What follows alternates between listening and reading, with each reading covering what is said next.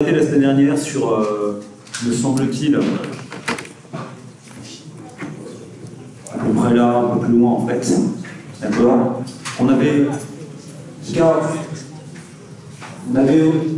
sur la notion d'histogramme et on avait vu qu'il fallait distinguer deux situations. La première,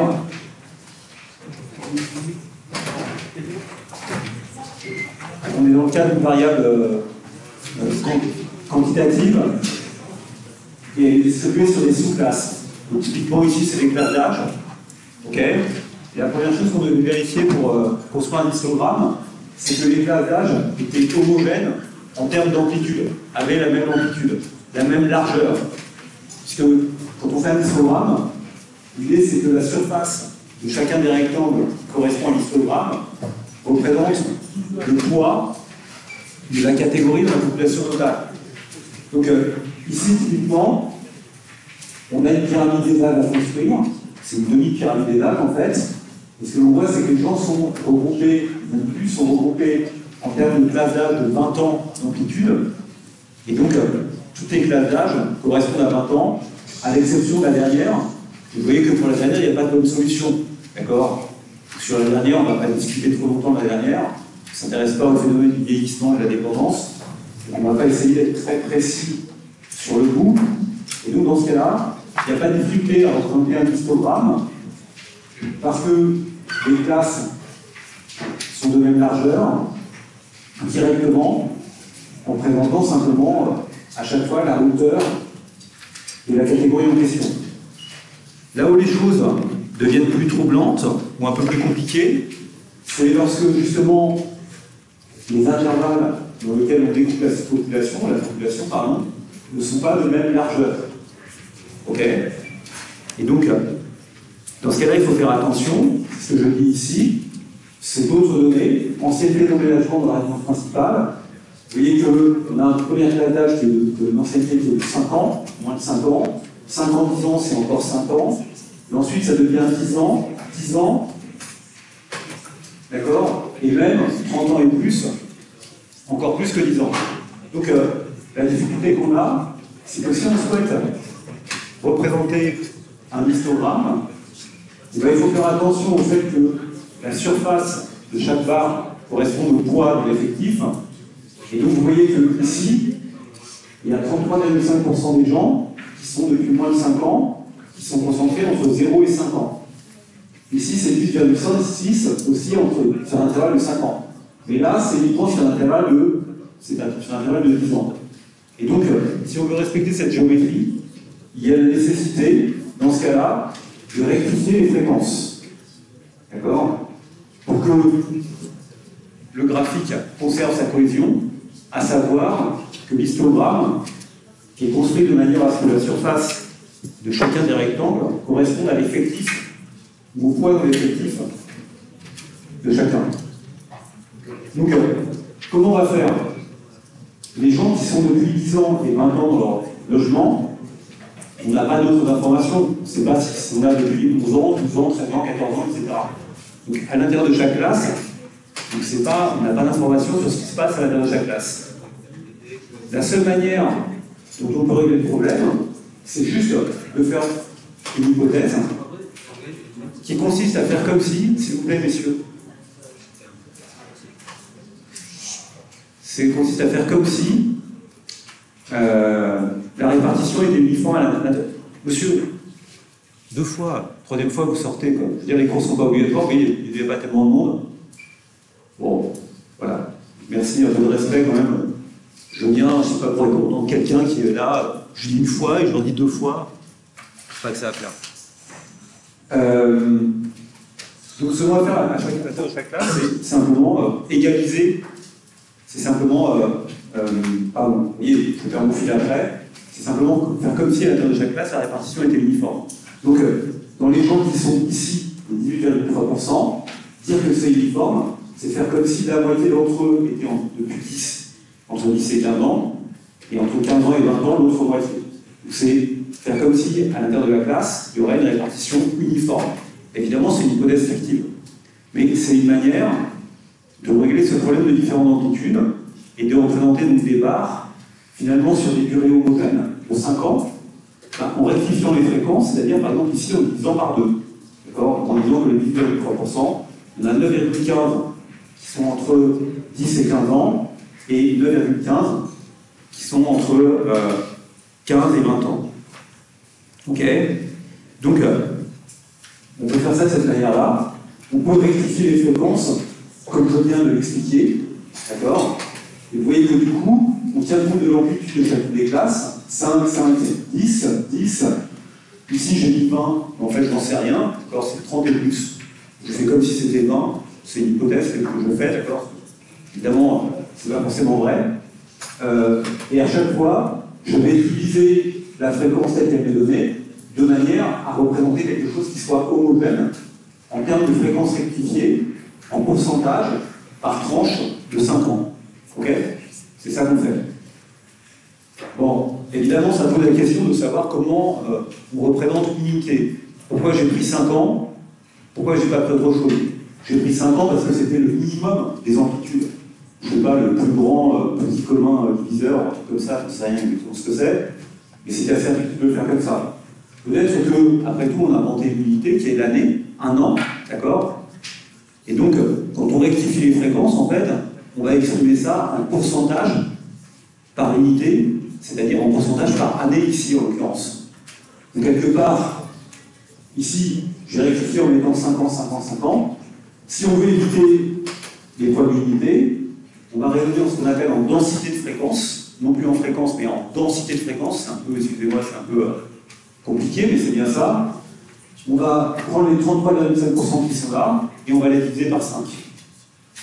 Et on va faire comme si, pour les 5 premières années, bien sûr que c'est faux, il y a autant de gens qui sont là depuis 0 et 1 an, autant de gens qui sont là depuis 1 an et 2 ans, depuis 2 ans et 3 ans, depuis 3 ans et 4 ans, etc.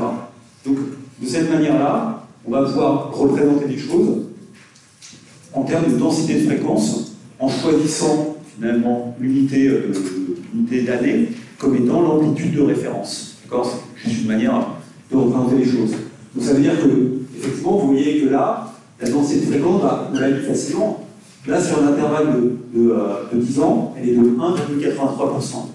Ça signifie que on fait comme si il y avait 1,83% des gens qui étaient entre 10 et 11 ans, 1,83% entre 11 ans et 12 ans, etc. jusqu'à 1,83% des gens entre 10 ans et 20 ans. Ici, de la même manière, vous voyez, c'est 1,39%. Et là, vous devez diviser par 5, parce que c'est 33,5, c'est pas 5, c'est pas 10, c'est 5. Et donc, vous arrivez à une densité de fréquence qui est de 6.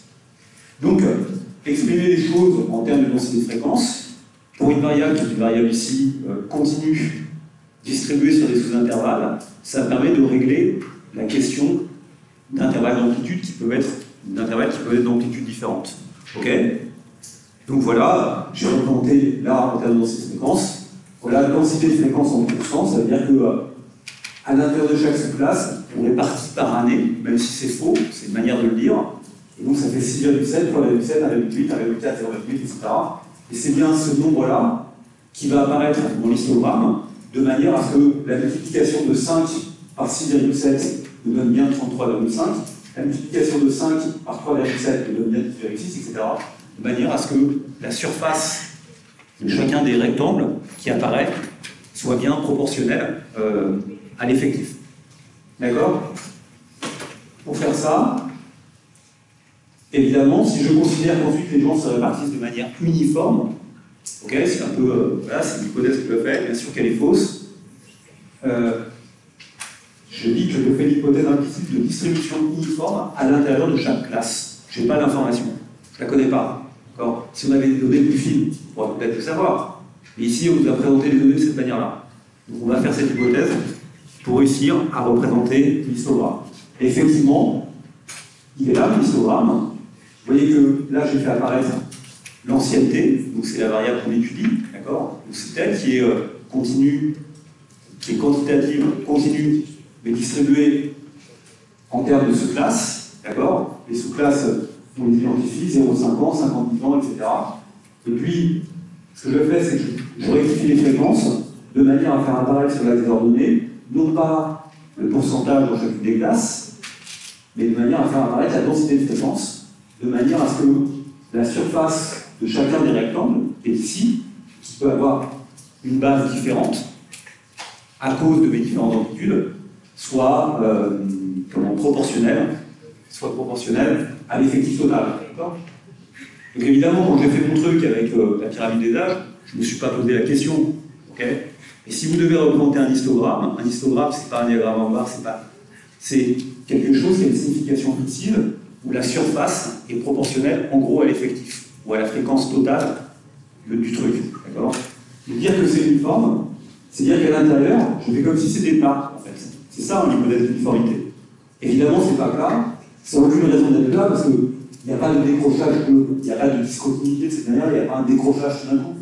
D'accord. Évidemment, la vraie forme, elle est beaucoup plus continue, et si on avait des données continues, bah, on retrouverait à peu près ce dessin-là, mais évidemment en étant lissé. Donc, quand je fais des densités de fréquence, c'est ce que je fais. Donc j'appelle densité de fréquence la fréquence exprimée par unité dans laquelle j'exprime la variable. Et ici, j'exprime la variable en année. C'est la fréquence par année, et ça fait fréquence en pourcentage par année, ça va de 7% jusqu'à moins de 1%. Il n'est pas que ici, j'ai choisi de manière arbitraire de couper à 50, mais au moins on le voit sur mon dessin.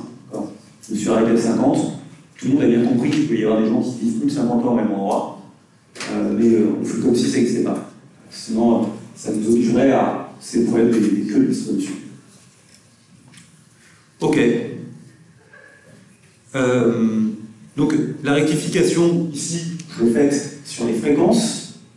Bien sûr que si j'avais raisonné en termes d'effectif total, ce qui est quelquefois le cas, on verra tout à l'heure, on devrait avoir la même démarche. J'ajoute un point, c'est que sur Excel, c'est pas très intéressant, en fait, si Excel ne peut pas le faire, il faut réfléchir à la manière de le faire, mais il ne propose pas de fonction simple qui permet d'opérer ce type de rectification. Si vous demandez à Excel de faire un diagramme en barre, ou un histogramme, un diagramme en barre, en fait, il ne présente pas histogramme de cette manière-là, il ne fera pas attention à corriger la largeur. C'est à vous d'y réfléchir par vous-même. Ok. Bon. Alors, vous avez vu que depuis le début de ce chapitre, on a introduit pas mal de notations, en fait, de définitions en gras, etc. Donc je continue un petit peu dans ces définitions avec les éléments qu'on a déjà vus. Donc, on a parlé de densité de fréquence. Bah, la densité de fréquence, en termes mathématiques, ça a un nom, ça s'appelle la fonction de densité. C'est représenter la fonction de densité. Donc j'y vais. Imaginez que vous avez une population de taille n, d'accord? On a un caractère quantitatif, donc qui représente une quantité. Ce caractère quantitatif, soit il peut être discret, avec k valeurs possibles, x1, x2, xk, d'accord? Ça peut être le nombre d'enfants par ménage, c'est 1, 2, 3, 4, c'est pas 1,5. Ça peut être la note que vous obtenez à l'interrogation écrite. Là, ça devient un peu plus compliqué si la notation se fait au demi-point près, d'accord? C'est 0, 0,5, 1, 1,5, vous avez toutes les possibilités. Vous voyez bien que là, vous touchez un peu la limite entre ce qu'on appelle une variable discrète et une variable continue, d'accord? Le nombre d'enfants n'est clairement pas une variable continue. Par contre, la note que vous obtenez, le salaire que vous allez obtenir à la fin de l'étude, lui, est une variable continue, mais qu'on peut des fois représenter de manière discrète. C'est un problème de précision, presque dans la manière de noter. Okay. Sur l'interro, en l'occurrence, c'est demi-point, on ne peut pas faire autrement. On pourrait faire au quart de point, mais il faut avoir un nombre suffisant de pression. Donc la différence entre les deux est quelquefois pas forcément évidente. En tout cas, quand c'est discret, il y a 4 valeurs possibles, x1, x2, xk, etc. 0, 1, 2, 3 enfants, une machine à laver, 3 machines à laver. Ça ne peut pas être un nombre rationnel. Elle peut être aussi continue, donc je ne dis pas exactement ce que ça signifie continue, ça peut être au sens des réels, en mathématiques. Dans ce cas-là, elle va prendre, en général, on la représente de manière discrétisée, c'est-à-dire qu'on va la plonger dans des classes, d'accord, x0, x1, x1, x2, xk, etc. Et peut-être dans 4 classes qui correspondent à une manière de discrétiser la variable. Dès qu'on raisonne en termes de classes, on a toujours un problème, c'est qu'on a un problème de frontière. Savoir si on ferme à gauche ou on ouvre à droite ou l'inverse. Est-ce que vous êtes dans votre logement depuis moins de 5 ans? Est-ce que c'est strictement inférieur à 5 ou c'est est inférieur ou égal à 5. Vous avez tous compris que c'est quelque chose qui va certainement être comptabilisé jusqu'à 60 mois, ou enfin, voilà, la personne qui remplit le questionnaire, lui sait très bien comment il doit le faire. Ok? Donc c'est presque une question de normes, voilà. Ici, j'ai mis de 0 à 5 ans, de 5 ans à 10 ans, etc. Et bien sûr, chacune de ces classes peut être éventuellement d'amplitudes différentes. Pas très adroit, mais on peut avoir intérêt, bien sûr, à représenter ça de manière différente. Pourquoi? Parce qu'on veut plus de précision sur certains éléments de la classe. C'est pas très intéressant pour nous de savoir combien d'étudiants ont entre 0 et 1. 2, c'est beaucoup plus intéressant de savoir combien entre 9 et 11, puisque 10, c'est la moyenne. D'accord? Donc évidemment, on veut plus de précision entre 9 et 11 qu'entre 0 et 2, si on devait représenter les choses. On a ce problème-là qui est toujours une question importante. On peut associer, en tout cas, à chaque fois, vous voyez que vous avez K classes, et vous pouvez associer les effectifs, donc les N1, NK. N'oubliez pas que la somme des effectifs, c'est égal à grand N. Donc, tout le monde, le découpage est exhaustif, hein, tout le monde a 0, 1, 2, 3, 4 enfants, plus, d'accord? Il faut que ce soit exhaustif, il faut que ça représente, on puisse attribuer un caractère à chacun. Donc, les effectifs associés sont à N, et puis on peut associer aussi les fréquences, c'est-à-dire les pourcentages, les effectifs divisés par la population totale, qui correspondent à chacune de ces fréquences. Ce qu'on appelle la fonction de densité, c'est précisément ce qui décrit les fréquences parmi les modalités. C'est ce qui décrit la fonction densité, c'est ce qui va décrire les fréquences. Donc, ça peut être, c'est pas vraiment une fonction, on va y revenir après, ça peut être la fréquence elle-même, pour le cas discret, d'accord, c'est une suite de nombres qui vous montre en pourcentage ce que ça donne.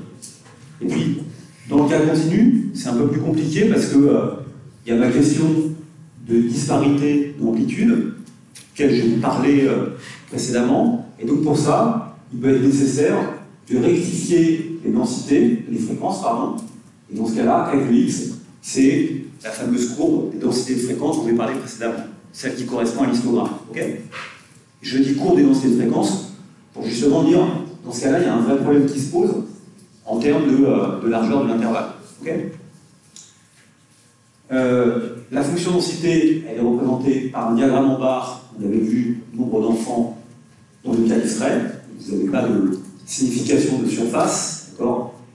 Bon, évidemment, si par contre vous avez une signification en termes d'additionner toutes les barres, ça vous donne évidemment ça somme à 1. Et dans le cas continu, on a un histogramme. L'histogramme, c'est la courbe de densité de fréquence. Et la somme des courbes de densité de fréquence, la somme, c'est égal à 100%. D'accord. Et la surface de chacun des carrés proportionnelle à la population, qui est à l'intérieur de chacun des sous-intervalles. On est d'accord? Donc c'est ça ce qu'on a vu.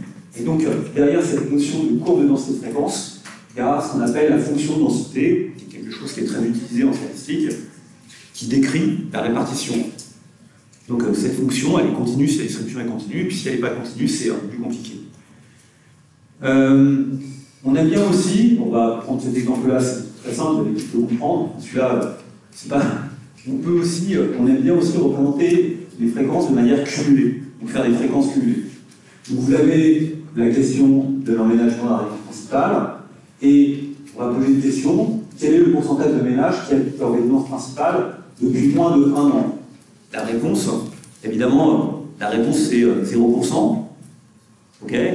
Depuis moins de 5 ans, la réponse c'est 33,5%. D'accord. Depuis moins de 10 ans, c'est l'addition de 33,5 et de 18,6. D'accord? Ça fait 52,4%. Ok? Donc je cumule les fréquences. Vous voyez qu'il peut y avoir une bonne réflexion à avoir. Ici, j'ai mis depuis moins de 5 ans ou égal à 5 ans. Pour ma durée, ici, ça ne se pose pas. Peut-être que quand on va regarder quels sont les résultats obtenus par les étudiants, c'est un exemple qu'on va revoir après, vous allez vous intéresser aux étudiants qui ont une note strictement inférieure à 10, c'est ceux qui n'ont pas l'année, qui ont une note comprise entre supérieure ou égale à 10 et strictement inférieure à 12, c'est des gens qui ont des mentions passables. Ensuite, vous allez faire un autre intervalle qui va être supérieur ou égal à 12, strictement inférieur à 14, ça va être les mentions assez bien, puis 14, 16, etc. Donc quelque part, le fait de savoir si on est ou égal, c'est une question d'analyse de ce que vous voulez représenter. Si je représentais, moi, la courbe des résultats des étudiants, c'est intéressant, sachant qu'on a un système de mention. Je ne sais pas si c'est un système très pertinent, mais c'est celui qu'on a, d'accord? On l'a décrété de cette manière-là. On a plutôt intérêt à représenter des intervalles pour lesquels cette multiplication. C'est pas très intéressant de dire quel est le pourcentage d'étudiants qui ont une note inférieure ou égale à 10 à l'année, d'accord? Puisqu'on voit très bien qu'entre celui qui a 9,99, qui n'aurait pas eu les points de jury, et celui qui a 10, bah, tout change, d'accord? Bien sûr, vous allez prendre des classes, vous allez réfléchir comme ça, et vous allez prendre des classes qui ont un intérêt, sans oublier, bien sûr, que tous les étudiants soient répartis là-dedans. Donc ici, par convention, on met souvent inférieur ou égal, d'accord? Et inférieur ou égal à 10 ans, bon, bah ici, je ne sais pas très clair, en fait, je ne sais pas, il n'y a pas quelqu'un qui vient juste d'arriver, enfin, c'est une question d'analyse. Donc, depuis moins de 50 ans, si je continue à faire ça, je peux le faire depuis moins de 10 ans, depuis 20 ans, etc. Depuis moins de 50 ans, évidemment, comme moins de 50 ans, c'est la fin de mon échantillon, en fait, c'est le et plus, d'accord? Bah, c'est 100%. Ce que je viens de faire, c'est juste de cumuler les fréquences. Vous comprenez très bien, vous allez répartir les étudiants entre ceux qui ont une note strictement inférieure à 10, ceux qui ont des notes inférieures ou égales strictement inférieures à 12, etc., etc. Et bien sûr, tous les étudiants auront une note inférieure ou égale à 20. Donc 100% des étudiants auront une note inférieure ou égale à 20. Donc ça, c'est cumuler des fréquences, et c'est cumuler de manière ascendante, en montant. On pourrait faire l'inverse, bien sûr, on peut partir du coup, quel est le pourcentage d'étudiants qui ont une note supérieure à 16, supérieure à 14, etc., et cumuler les fréquences dans l'autre sens. En général, on cumule plutôt les fréquences dans ce sens-là, mais on est d'accord que si on le fait dans un sens, on sait le faire dans l'autre, puisque l'un vaut un moins l'autre. Si vous avez 80% des étudiants qui n'ont pas la moyenne, ça veut dire que 20% des étudiants ont la moyenne, d'accord? Vous n'avez pas besoin de rajouter donc 20% des étudiants ont la moyenne. Mais c'est implicite. Ok? Pareil. Donc on fait plutôt dans ce sens-là. Quand on fait ça, donc, on pourrait le faire dans l'autre sens, c'est-à-dire non pas en termes descendants, mais en termes ascendants. Je ne vois pas très bien l'intérêt de ce transparent. Okay. La logique, c'est plutôt de le faire en termes descendants. Alors, je ne sais pas d'ailleurs si on appelle une ascension ou une montée, enfin bref. C'est plutôt de considérer toutes les modalités qui sont inférieures ou égales à un certain nombre, plutôt que supérieures ou égales à un certain nombre. Quand on part de 0 et on va jusqu'à la valeur maximum. Faire ça, c'est définir ce qu'on appelle la fonction de répartition. Donc je mets là, fréquence cumulée ascendante, c'est juste une définition. Ok, on a toujours la même chose, on a k valeurs possibles, ou bien des valeurs dans chaque classe. On a des effectifs, on a des fréquences qui correspondent à chacune des situations. Okay. La fréquence cumulée associée à la variable xi, je la note, c'est toujours comme ça qu'on la note, on la note grand F. Par contraste avec petit f. Petit f, c'est la fréquence, et grand F, ça va être la somme des fréquences. D'accord? On l'appelle grand F. C'est la proportion d'individus pour lequel la variable prend une valeur inférieure ou égale à x. La proportion d'individus pour lequel la variable prend une valeur inférieure ou égale à un nombre qui est dit x. Xi ici, puisque on s'intéresse à fi, c'est-à-dire la fréquence cumulée jusqu'à la ième catégorie. D'accord? Par définition, f de 0 est égal à 0, d'accord? Puisque on a choisi 0 comme étant le truc. Personne ne peut habiter son appartement depuis un montant négatif. Personne ne peut avoir une note négative à l'examen. Donc, on met ça à 0, c'est borné, d'accord?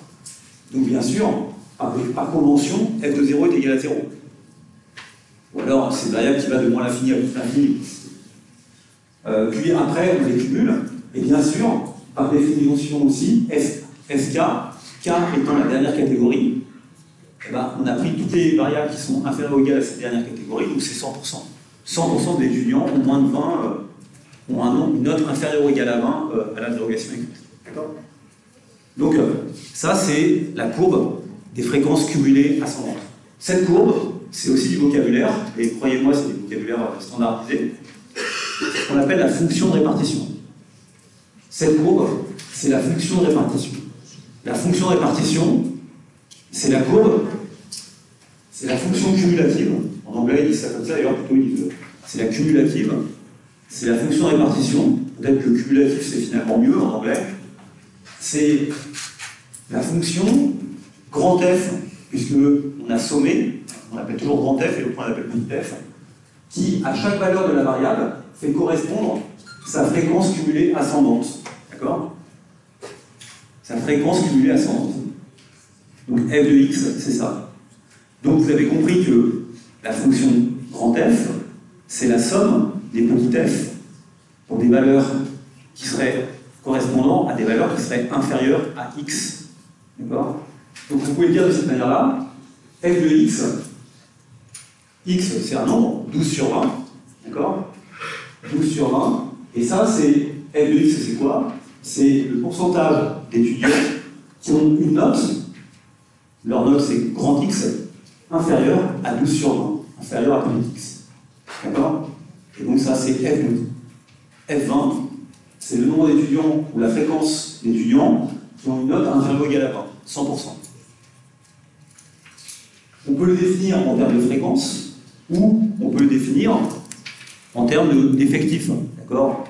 Rappelez-vous, hein, la fréquence, c'est simplement l'effectif divisé par la somme des effectifs. D'accord? Donc ici, quand on parle de fonction de répartition, on ne va pas dire il y a 1005 étudiants qui ont passé l'examen. On va dire, on va raisonner en pourcentage. Mais bien sûr que de manière équivalente, si on multiplie tout par 1005, on a le nombre d'étudiants qui ont une note inférieure ou égale à 12. D'accord? Donc, quand on définit la fonction de répartition, on le fait en termes de fréquence, mais on pourrait aussi, bien sûr, de manière totalement équivalente, ça veut dire un nombre en anglais, ou je ne sais pas, un nombre, c'est le signe de dièse. On pourrait très bien le faire en disant c'est le nombre, en fait, dans le snob, c'est le nombre d'étudiants qui ont la note inférieure ou égale à 12. Il suffit simplement de multiplier par la population totale pour trouver la même chose. Des fois, on parlera de fonction de répartition avec des fréquences, d'autres fois, c'est avec des effectifs. Je pense qu'il n'y a pas d'ambiguïté sur le sujet. On va voir ça tout de suite. Donc, d'ailleurs, c'est ce que j'appelle la fonction grand Nx. Parce que comme l'autre, je l'ai appelé petit n, je l'appelle grand Nx, ça c'est une notation que j'ai inventée moi. C'est pas une notation standardisée. C'est celle qui fait correspondre à chaque valeur son effectif cumulé selon le même principe, selon le principe des fréquences descendantes ou ascendantes, je ne sais plus, cumulées ascendantes, c'est comme ça que c'est dit, cumulées. Et ce qu'on appelle après la courbe cumulative, c'est la représentation graphique de la fonction de répartition. Donc j'y vais, je peux une courbe cumulative.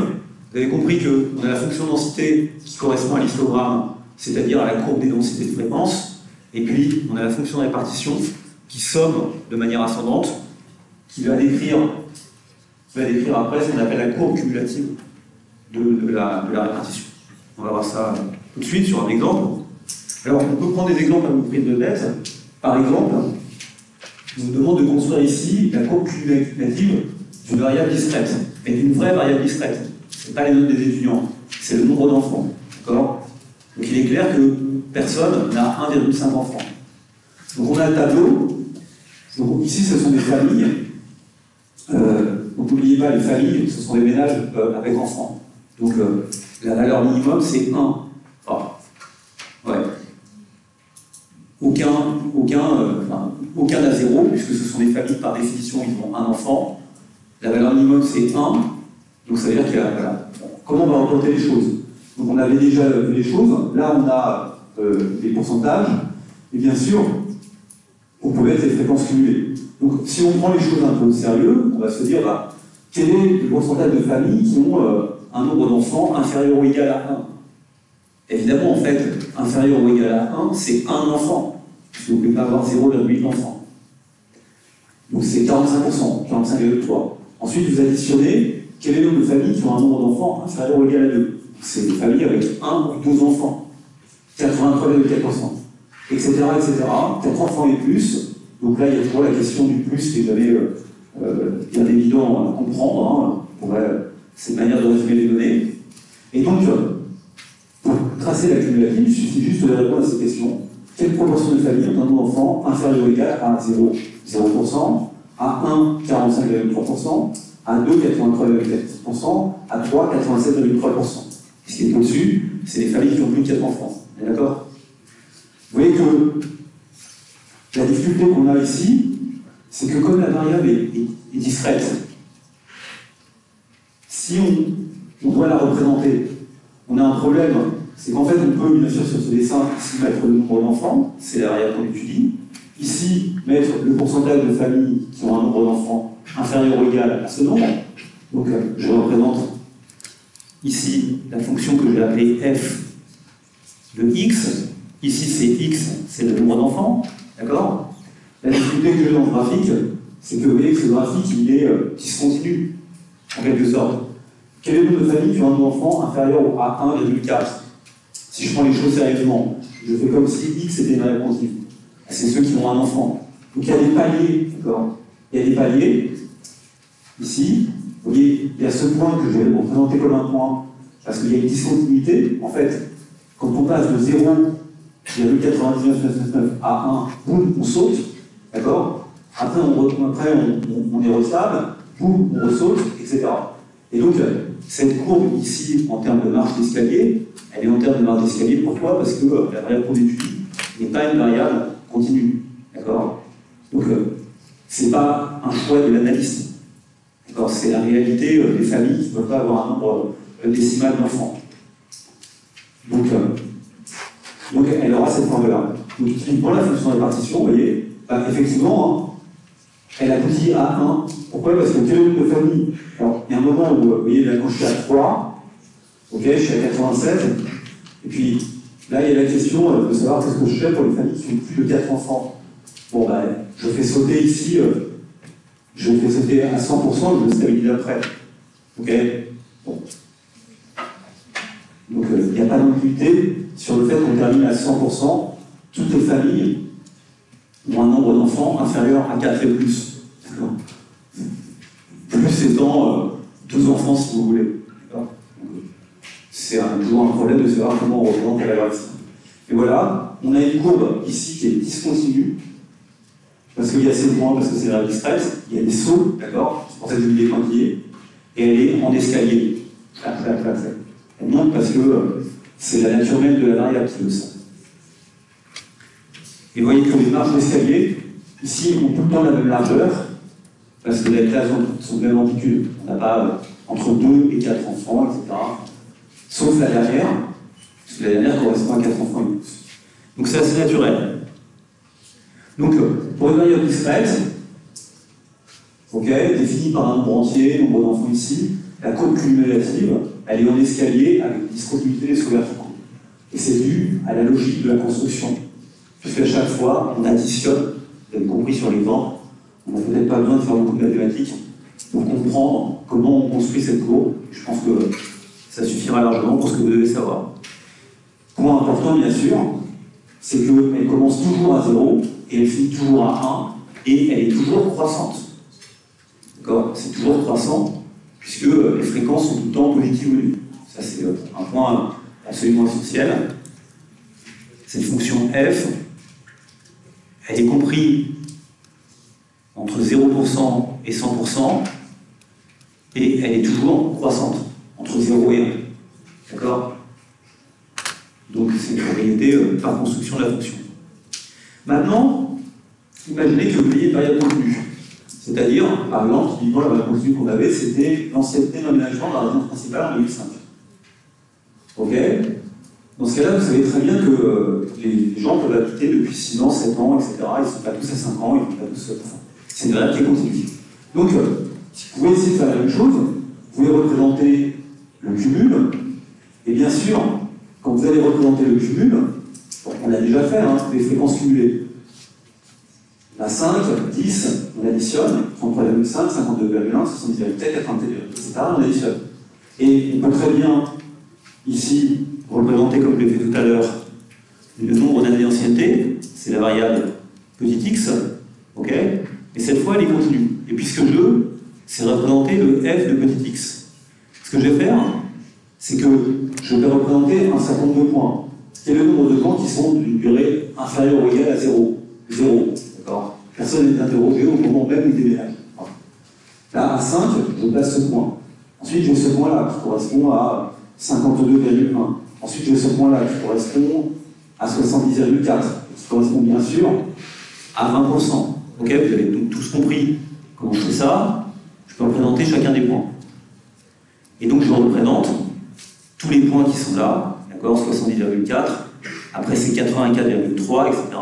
Tous ces points correspondent évidemment à mes nombres qui sont ici. Et puis en haut, j'arrive à 100%. D'accord? J'arrive à 100% à 50, parce que j'ai dit que c'est les 50. On peut mettre plus haut. Et donc, quelque part, je vais représenter les points de la fonction de répartition. Maintenant, comme c'est une variable continue, vous voyez que ça a un sens de tracer des segments de droite entre ces différents points, de lier ces points, non pas par des marges d'escalier, comme on le faisait avec le nombre d'enfants. Vous voyez, par exemple, avec le nombre d'enfants, ce qu'on a fait finalement, c'est qu'on a établi avec une marge d'escalier. Ici, on aurait pu faire des marges d'escalier, mais ce que l'on sait, c'est que la variable est continue. Donc, à l'intérieur de chacun des sous-intervalles, des gens se répartissent également. D'accord? Il y a des gens qui sont chez eux depuis 2 ans, et d'autres qui sont chez eux depuis 3 ans. Donc, en fait, vous voyez que quand la variable est continue, les points, vous n'allez pas les lier par des marges d'escalier, mais c'est assez raisonnable de les lier par des courbes, et peut-être par des droites. Qu'est-ce que ça veut dire si on le lie par des droites? Ça veut dire quoi? Le fait de mettre une droite entre les 2 points. Quelle est la pente de cette droite? Vous voyez que ici, la pente de cette droite, c'est 33,5 divisé par 5. C'est la densité de fréquence. C'est mon 6%. C'est le nombre de gens qui seraient sur une année, si à l'intérieur de chacune des sous-classes, c'était réparti de manière uniforme. Donc, le fait, ce que je fais ici, ce que j'ai envie de faire, de lier les différents points par les segments de droite, c'est faire l'hypothèse, dont j'ai déjà parlé, d'uniformité à l'intérieur de chacune des sous-classes. La pente de cette droite, ça augmente de 33,4 divisé par 5. C'est la densité de fréquence, 6%. La pente de ce segment ici, c'est combien? Ça augmente de combien entre 5 ans et 10 ans? On le sait, ça augmente de 18,6%. D'accord? Si vous divisez par 5, c'est la densité de fréquence. Donc, vous comprenez que si je représente les points et que je les lis par des droites qui sont des segments brisés, d'accord, qui sont linéaires par morceau, on va dire ça comme ça, linéaire par morceau, et ben, je fais comme si je représente une droite qui naturellement va avoir comme pente la densité de fréquence. Vous avez compris le lien qu'il y a entre la courbe cumulative, la fonction de répartition et la fonction de densité. La fonction de répartition, c'est la somme des fonctions de densité, la somme des densités, de manière ascendante. Donc de la même manière, la fonction de densité, c'est la pente de la fonction de répartition. C'est-à-dire sa dérivée en termes mathématiques, s'il fallait le faire en termes mathématiques. Et ici, comme il n'y a pas d'information, comme vous l'avez fait pour l'histogramme, rappelez-vous pour l'histogramme, vous avez dit on va faire comme si c'était la partie uniformément. Ici, je dis un peu la même chose. Je dis en fait strictement la même chose. En représentant la courbe par des segments de droite, comme ça, je fais comme si, à l'intérieur de chacune des classes, la répartition était uniforme. Alors que, si j'avais représenté ça avec des sauts, j'aurais fait comme si tout le monde habitait exactement, il y a exactement 5 ans, lorsqu'on les interroge. Donc c'est la démarche inverse. D'accord? Évidemment, cette démarche elle a un sens pour les enfants, pour une machine à laver, et pas pour votre date d'aménagement, pour durer autant de chômage. Donc, quand la courbe, la variable est continue, la courbe est elle-même continue, d'accord? Elle est monotone, elle croît tout le temps, tout le monde est croissante, c'est-à-dire qu'elle est croissante, sauf quand elle n'augmente plus, c'est-à-dire que ça correspond à un endroit où il y a personne, et elle peut être linéaire par morceau, non pas en marge d'escalier. Mais dire qu'elle est linéaire par morceau, c'est bien sûr une approximation. Cette courbe, enfin, on va avoir cette forme-là, mais on la représente comme étant des morceaux linéaires, et en les représentant comme des morceaux linéaires, la pente de chacun des morceaux linéaires est simplement la fréquence, la densité de fréquence correspondant au son intervalle. Ok. Donc, pour dire ça, la courbe cumulative n'est plus discontinue, elle est continue et linéaire par morceau. Et en disant qu'elle est linéaire par morceau, on fait une hypothèse un peu de pauvre, en tout cas parce qu'on n'a pas l'information, qui consiste à dire qu'à l'intérieur de chaque classe, entre 0 et 5 ans, 5 ans et 10 ans, la fonction se répartit de manière uniforme. La variable se répartit, les individus, pardon. C'est pas la variable qui se répartit, c'est les individus qui se répartissent de manière uniforme parmi les différentes valeurs de la variable. Okay. Donc, exemple, pourquoi on fait ça? Et pourquoi c'est intéressant? Parce que, imaginez qu'on vous pose la question suivante sur ce dessin-là. On vous dit, quelle est la proportion d'individus qui habitent depuis moins de 15 ans dans un logement? Le problème, c'est que 15 ans, vous ne l'avez pas. 15 ans, c'est au milieu de l'intervalle 10-20. Ok? Strictement, vous ne pouvez pas répondre à cette question. Vous devriez dire, la seule chose que je peux dire, c'est qu'ils sont pas plus de 52,1 et pas moins de 70, pas moins de 52,1 et pas plus de 70,4. D'accord? Vous voyez bien que cette réponse, elle est certes intéressante, mais elle est un peu précise. Peut-être qu'on va vous en faire dire un peu plus. Et la manière de dire, vous en faire dire un peu plus, parce que finalement, si on vous posait la même question pour 15 ans, et si on vous posait la question pour 16 ans, vous répondriez la même chose. Vous diriez entre 52,1 et 70,4. D'accord? En fait, on a l'impression que pour 10 ans et 1 mois, jusqu'à 19 ans et 11 mois, vous auriez toujours la même réponse qui consiste à dire entre 52,1 et 70,4. En fait, ce que vous avez envie de dire, c'est comme 15, c'est au milieu, c'est entre 10 et 20, c'est juste au milieu. Ce que je vais faire, c'est que je vais prendre le milieu de cet intervalle. Prendre le milieu de cet intervalle, c'est faire ce qu'on appelle une extrapolation linéaire. C'est juste dire que la répartition, elle est uniforme sur l'intervalle. C'est la même chose. Donc, c'est quoi la largeur de cet intervalle? C'est exactement 18,3%. D'accord? Son amplitude, c'est 18,3%. Donc, sur les 18,3%, vous allez dire qu'il y en a 9,15 qui sont inférieurs ou égaux à 15, et il y en a 9,15 qui sont supérieurs ou égaux à 15. Vous allez prendre le milieu. Et puis vous allez l'additionner à 52,1 et vous aurez votre réponse. Faire ça, c'est juste faire une extrapolation linéaire. Donc, c'est le réflexe que vous devez avoir. Si on vous pose cette question, bah, vous allez vous dire, bah, voilà, je peux le faire de cette manière-là. Vous allez dire, bah, voilà, là, je sais pas, j'ai un axe des ordonnées, un truc comme ça. Là, j'ai autre chose.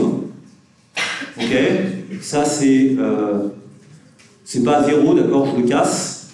Ok, je sais que pour 10, ça vaut 52,1%. Et je sais que pour 20, ma courbe vaut 70,4. C'est là. Ok, donc je connais ce point-là, celui-là, et celui-là. C'est mes deux points ici. J'ai fait une loupe sur ce qui se passe entre 10 et 20. C'est pour ça que là, j'ai cassé, j'ai mis, pour dire que c'était pas des... J'ai fait un... Comment on appelle ça? J'ai cassé l'échelle, d'accord? Pour dire ici, c'est 10, ça vaut 52,1, et là, ça vaut 20, ça vaut 70,4. Et si je trace une droite entre les deux, ok? Si je trace une droite entre les deux, c'est ce que j'ai fait sur mon dessin précédent, et ben je fais comme si, en fait, les 18,3% qui sont là, ça on m'a dit, ça vaut 18,3%. Je fais comme si les 18,3% se répartissaient de manière uniforme sur 10 ans, d'accord? Entre 10 et 20. Donc la densité de fréquence, rappelez-vous, je l'avais là, elle est de 1,83%. C'est-à-dire de 18,3% divisé par 10 ans. C'est ça, hein, le raisonnement. Ok? Et maintenant, on vous pose la question et on vous dit, mais qu'est-ce qui se passe si je suis à 15? Et vous, ce que vous allez dire, c'est dire, bah, si je suis à 15, je vais faire comme si c'était réparti de manière uniforme. Donc, le point que je cherche, c'est l'ordonnée de ce point-là. D'accord?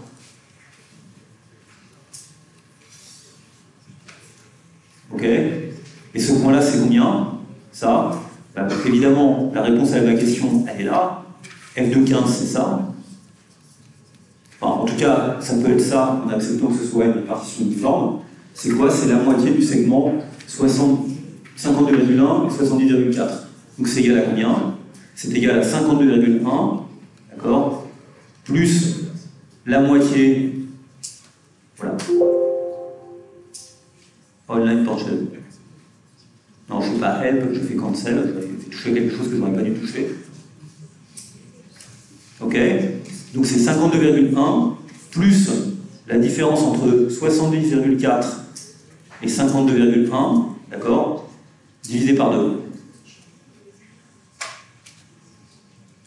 C'est-à-dire, c'est 52,1 plus 9,15.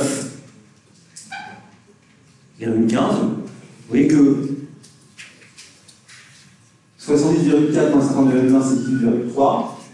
C'est la proportion de cet intervalle-là. Vous allez faire comme s'il y avait 2,15 de part et d'autre. Ok? Et donc la réponse c'est 61,25. Je viens de faire ce qu'on appelle une interpolation linéaire. D'accord? Ok? J'ai mesuré la pente. Ici, cette pente de cette droite, c'est quoi? C'est 1,83%. La densité de fréquence. D'accord? Il y a 18,3% sur 10 ans, donc il y a 1,83% pour chaque année. Donc la réponse, c'est 61,25. J'ai fait l'extrapolation linéaire. Pour faire cette extrapolation linéaire, j'ai fait une approximation que je peux formuler. Je ne sais pas si elle est juste, mais moi je peux dire ce que tout le monde comprend ce qu'elle veut dire. Je fais comme si les gens, entre 10 et 20, ils étaient répartis de manière uniforme. Ce qui est un peu bizarre pour ce type de variable. D'accord? Maintenant, on dit, mais selon le même principe, quel serait F16? F16, c'est ça. D'accord? Ben, vous avez compris. F16, c'est F15 plus, ben, quand vous passez de 16 à 15, vous montez de 1. Et quand on augmente de 1, on augmente de 1,83%. Donc F16, c'est juste F15 plus 1,83%. C'est donc égal à 63,08%. Ok? Et si on demandait au X7, F12, d'accord, je ferais ce même calcul. Pour faire F12, je prendrais 52,1 et je lui rajouterais 2 fois 1,83%, c'est-à-dire 2 fois la pente. Je ne sais pas comment je peux vous expliquer ça davantage. Alors, ça c'est vrai parce qu'on fait une interpolation linéaire. Et finalement, des fois, c'est assez pratique de faire une interpolation linéaire, ça donne une idée, comme ça, du résultat. Même si elle n'est pas du tout sûre, la réponse, elle semble plus précise que le pire, c'est entre 52,1 et 70,4 sans trop savoir. D'accord? Et ça exprime aussi la distance qui sépare 15 des deux extrémités. On est OK? Vous voyez, c'est horrible, hein? C'est quoi une interpolation linéaire? Ça, c'est pour les gens qui aiment bien les maths, en fait. Imaginez qu'on soit entre 10 et 20 ans. Donc on est à 15, c'est entre 10 et 20 ans, d'accord? C'est x appartient à xi plus 1, ok? F de xi c'est f de 10, c'est 52,1, on le connaît. F de xi plus 1 c'est f de 20, 70,4, on le connaît. On appelle ça fi et fi plus 1. La pente de la courbe de répartition entre les deux, c'était mon 1,83%. C'est simplement cette quantité-là. C'est fi plus 1 moins fi divisé par xi plus 1 moins xi, c'est de combien ça augmente par année. Okay, c'est la pente. Maintenant, évidemment, dire que le point est sur la droite, c'est exprimer que la pente est toujours la même. C'est ce qu'on appelle une droite. C'est ce qu'on appelle une droite.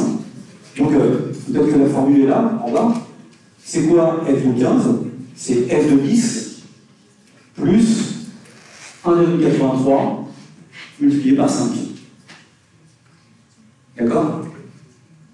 Et ça, c'est simplement quelque chose qui résulte de l'égalité des pentes. On va dire que la pente est la même, c'est-à-dire que le point est sur la droite.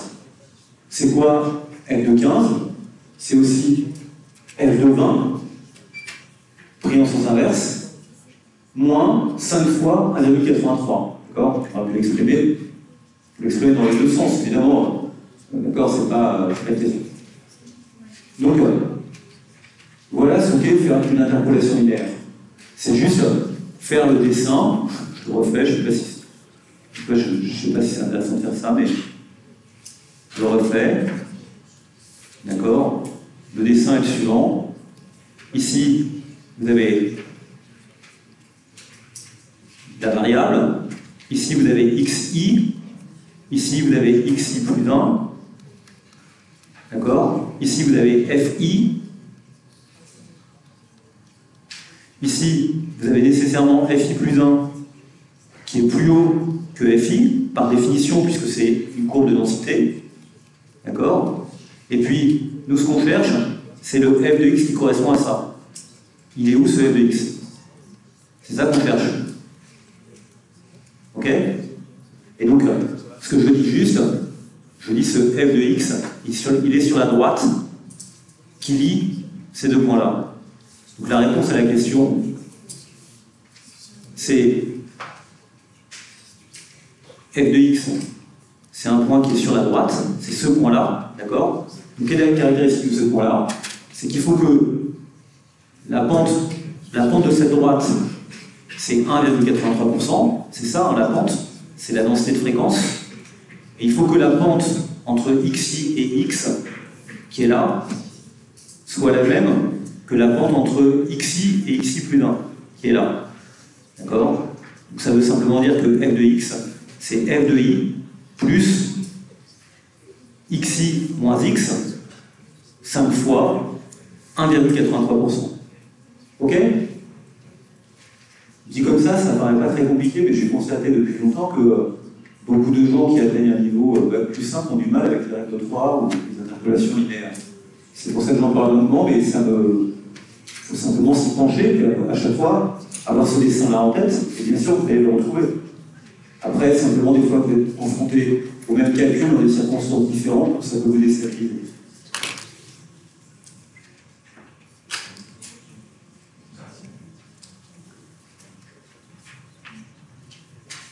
Bon, je termine juste là-dessus. En gras, terme important, une série statistique décrit les variations à caractère qualitatif ou quantitatif. Quantitatif, ça peut être discret ou continu, sur une population. La distribution de la série rencontre des effectifs et des fréquences, pour chaque modalité ou classe de valeur. Pour un caractère quantitatif, on a deux fonctions pour définir cette fonction, cette répartition, deux manières de le représenter en fait. D'un côté, la fonction de densité, qui est la fonction des fréquences, éventuellement rectifiée, qui peut donner lieu à un histogramme, et de l'autre côté, la fonction de répartition, qui est la courbe des fonctions cumulées ascendantes. Donc, représentée graphiquement par une courbe en escalier, cette courbe, ou une courbe linéaire par morceau, selon que la variable est continue ou discrète. D'accord? Et pour faire un peu de teasing, pour que vous reveniez après la pause, nous allons maintenant regarder comment appliquer ce principe à vos notes. Non, vos notes dans la distribution, d'accord? Je ne vais pas individualiser les uns ou les autres. On va regarder comment ça se répartit et comment on peut traiter ça. D'accord? Donc on verra ça après la pause. Ce sera l'occasion de discuter de notre brillante réussite à cette interrogation. On se retrouve après.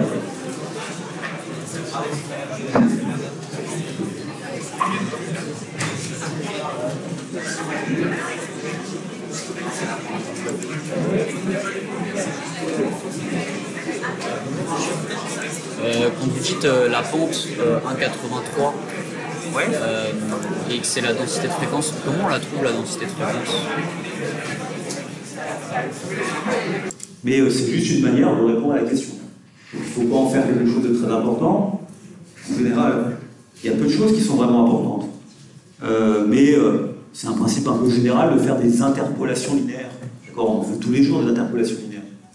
Je ne sais pas, quand vous réfléchissez en combien de temps je vais courir 12 km, vous regardez combien de temps vous avez mis pour 10 km et combien de temps vous avez fait pour 15 km et vous prenez le milieu, non? C'est comme ça que je fais. Sauf que moi je sais que je cours plus vite le 10 km que le 15 km. Donc je vais opérer un petit truc, parce que je sais que c'est pas linéaire. Mais justement, je suis capable de tenir compte de ça. C'est pas linéaire. Là non plus, c'est pas linéaire. Mais ça me permet d'avoir une réponse à peu près approximative à la solution, à la question. Bon, je reviens à ce que j'avais. Ah oui, parce que ce que j'avais maintenant, c'est quand même le must. Voilà, donc ça on l'a fait. Alors, exemple, distribution des notes obtenues à l'IE1. Donc, le samedi 9 novembre, il y a 1005 étudiants qui sont passés avec deux sujets, sujet A et sujet B. En tout cas, on a donné 1005 notes. Les notes sont notées sur 20, il faut bien réfléchir à ce qu'on observe, à ce qu'on étudie. On a des notes, c'est noté sur 20, donc personne n'a plus de 20, ok. Donc, de ce point de vue-là, on n'a pas ce problème de 5 et plus. Le système a été tel qu'il n'y avait aucune question au quart de point, donc les notes sont notées au demi-point. Elles n'ont pas été arrondies, mais si vous regardez, en fait, après suppression des demi-points, on parlait des points négatifs, tout se passe comme si les copies étaient notées au demi-point. C'est pas lié à un arrondi, c'est lié à l'application du barème, d'accord? Donc la meilleure précision qu'on puisse avoir, c'est le demi-point. Et puis, puisqu'on a décidé de supprimer les points négatifs, c'est ça d'ailleurs qui fait que c'est noté maintenant au demi-point, la note minimum, c'est 0. Mais c'est 0, c'est vraiment 0. Avant, ça aurait pu être 0 parce qu'on aurait pris tous les notes négatives et on les aurait mis à 0. Donc on aurait eu une espèce de point d'accumulation à 0, ce serait 0 et moins, en fait ça fait 0. Ici, on a plus, c'est plus le cas. Donc, ce que j'ai fait, c'est que j'ai pris toutes vos notes. Alors, vous avez ici numéro d'identification d'étudiant, son groupe, c'est anonymisé. Enfin, c'est anonymisé, vous pouvez le reconnaître, parce que, en plus, ça a été réordonné dans l'ordre des numéros, donc je ne sais pas pourquoi. Évidemment, dans mon fichier, je n'ai pas d'ordre. L'ordre, c'est alphabétique. Donc, c'est complètement. Quand on étudie une distribution, ici en l'occurrence, c'est un point qui est fondamental à comprendre. C'est que l'ordre n'importe pas. D'accord? Je donne les données, je visite les gens dans un quête logement au hasard de mes rencontres dans la rue. On note les étudiants, on vous donne le fichier, ça peut être pour ordre alphabétique, c'est une manière de faire. Bien sûr, mais quand on va caractériser après la distribution, en fait, l'ordre n'a pas d'importance. C'est la même information. C'est une information statistique. Donc j'ai tout ça. Ok? Et par rapport à ça, alors, comme ça, vous serez au courant de ce qui se passe pour vous. Je vais vous donner le fichier, comme ça, pour regarder même le fichier. Ok, c'était là, c'est mon fichier, c'est là. Ok, résultat. Voilà le résultat, donc là, vous voyez, j'ai toutes les notes, elles sont toutes là. J'en ai mis 4. À ce sujet, vous pouvez tous aller voir votre copie, d'accord? Et regarder que ça a été pris en compte sérieusement au niveau des croix. Il y a eu énormément d'erreurs de croix, de copies illisibles. 30% des copies étaient demandées une relecture manuelle. On demandait un peu trop de travail. C'est pour ça qu'on était un peu en retard aussi, entre autres. Mais vous pouvez tous sur votre ENT aller regarder votre copie. Vous l'avez faite? Ok? Si vous voyez la case verte, c'est celle qui a été retenue. Si vous considérez que, parce que la machine repère des anomalies, mais elle ne les repère pas forcément toutes. Donc c'est à vous de vérifier et de dire, là il y a un problème, je ne comprends pas, c'était bien un truc que j'avais mis, mais ça a été pris comme un pâté, et du coup ça a été annulé. Bon, dans ce cas-là, c'est nous en tant qu'analystes, on décide qui est de bonne foi ou qui est de mauvaise foi. Mais c'est, voilà, allez vérifier parce qu'il peut y avoir des problèmes, c'est à vous de le faire. D'accord? Nous, on ne le vérifie pas manuellement, mais bien sûr, on a accès à la même information, donc on est très capable d'aller le voir et puis de regarder et de modifier ensuite en changeant la réponse et de vous recalculer une note. Donc moi, j'ai pris les notes ce matin, tout simplement, et donc il y a peut-être des corrections qui vont être apportées. Voilà, j'ai mis 1005 résultats. Ok? Qu'est-ce que je peux faire par rapport à ça? C'est un fichier Excel, il y a 1005 résultats, et puis à chaque fois, il y a le sujet B et le sujet A, d'accord? Ok, BA. Il y a 48,16% d'étudiants qui ont choisi le sujet A, enfin, ils n'ont pas choisi en fait. On leur a imposé le sujet A, les autres 51,84 le sujet B. Il y a 50-50, il n'y a pas grand chose. Ok. La note minimum, c'est, quand on regarde ça, regardez l'étendue de la distribution. L'étendue théorique, c'est de 0 à 20. D'accord? Quelqu'un peut avoir. Bon, après, ça, c'est l'étendue théorique. L'étendue pratique, c'est de 0 au maximum de la note. Donc, le minimum au maximum. Le minimum, il y a des étudiants qui ont eu 0, d'accord? Voilà, ils n'ont pas répondu. Et puis, si vous regardez la note maximale, elle était de 19,5 globalement, ok? Et elle était 18,5 dans le groupe A et 19,5 dans le groupe B. Bon, c'est peut-être un hasard, c'est pas très important, c'est pas très intéressant. Mais il y a quelqu'un qui a eu 19,5. Ce qui veut dire que quand même, si vous avez 19,5, Ça signifie que même en cas de suppression des points négatifs, vous voyez, c'est juste une erreur qui a été commise. Donc, première information, l'examen n'était pas infaisable, un étudiant l'a réussi. Attendez, je vais vous dire exactement combien on réussit l'interro. Non mais, je vais un peu la morale aussi. Un étudiant l'a réussi, 19,5, c'est important, hein. Vous savez, moi ça m'arrive, moi ce qui me chagrine, c'est qu'on se donne un truc, et que personne n'invente. Là, c'est je me plante. Et en général, quand je fais ça, mon principe, c'est que je mets 20 à la meilleure copie. Moi, je ne suis pas un pro de philo de terminale. On fait des stades d'info. C'est pas quelque chose qui est spécialement difficile. D'accord? Ça ne demande pas un talent extraordinaire. Ça demande un peu de travail, un peu d'habileté, mais il suffit de répéter le test. D'accord? Et donc, il n'y a aucune raison pour qu'il n'y ait pas parmi vous des étudiants qui ont des mentions très bien au bac. Avoir 20 au bac de moyenne, c'est assez difficile. Les gens qui ont des mentions très bien en bac, qui savaient super, pas de raison qu'ils n'aient pas 20 à un truc comme ça.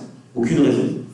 D'ailleurs, c'est pas le cas, parce que c'est 19,5, c'est pas 20 la meilleure note. C'est dommage, mais c'est pas grave. On est presque à 20. Donc, voilà, la meilleure note, c'est 20, 19,5. Et puis après, on regarde la moyenne. La moyenne, vous savez tous comment on la calcule. Je fais la somme des notes et je divise par 1005. D'accord? Donc la moyenne, elle est de 7,12. D'accord? Ça, c'est la moyenne. Elle est un peu différente dans les deux, 7,20 et 7,05. Mais c'est certainement pas, on ne peut pas dire qu'il y a un sujet qui était plus facile que l'autre, d'accord? C'est normal que ce ne soit pas exactement la même chose, d'accord? Donc ça vous donne un peu une intuition sur la distribution. Maintenant, évidemment, vous, il y a plein d'autres trucs qui vous intéressent, vous aussi. On va dire, mais attendez, ok, la moyenne c'est 7. Bon, il y en a un qui a eu 20, il y en a un qui a eu 0. Donc ça, c'est ce qu'on appelle l'étendue de la distribution. Après, ce qu'on voudrait repérer, c'est la médiane. La note qui est celle qui sépare l'échantillon en deux. Il y a 1005 personnes qui ont passé l'examen. Vous voyez que si vous classez les notes et que vous regardez la 502e note, ou la 503e note, celui qui a la 503e note, il a 502 personnes qui sont au-dessus de lui et 502 personnes qui sont au-dessus de lui. Sa note est ce qu'on appelle la médiane. C'est la médiane. C'est la note qui coupe l'échantillon en deux. Okay. Pour la repérer, très facile. Je prends toutes les notes, je les classe par ordre de mérite, en sens inverse du temps, etc. Et je regarde la note qu'a obtenue Monsieur 502 ou 503. Puisque 503, vous voyez, comme c'est un nombre impair, en plus c'est bien. Il y en a 502 d'un côté et 502 de l'autre. Bon, comme c'est noté au demi-point, en fait, que ce soit Monsieur 503 ou Monsieur 510, je pense que ça ne va pas changer grand-chose. Ici, comme souvent, je vais calculer la médiane. Je ne peux pas calculer sur nous. On va pouvoir le faire après si vous voulez. La médiane, elle est de 7. 7 exactement. D'accord? C'est la note obtenue par Monsieur 503. D'accord? La moitié des étudiants ont plus de 7, la moitié ont moins de 7. Bon, en fait, on est d'accord que quand on regarde Monsieur 503, il y a plein de gens qui ont eu 7, on va voir qu'il y en a eu. Et donc, voilà, il y a une accumulation autour du 7. Et c'est pas étonnant que la médiane ne soit pas très éloignée de la moyenne. Ce qu'on appelle la symétrie de la distribution. Ça paraît plutôt pas illogique. Après, bien sûr, vous pouvez me poser des tonnes de questions. Une question très intéressante, c'est de savoir combien d'étudiants ont obtenu la moyenne. La moyenne de 10 sur 20, c'est-à-dire passe la barre de 10 sur 20.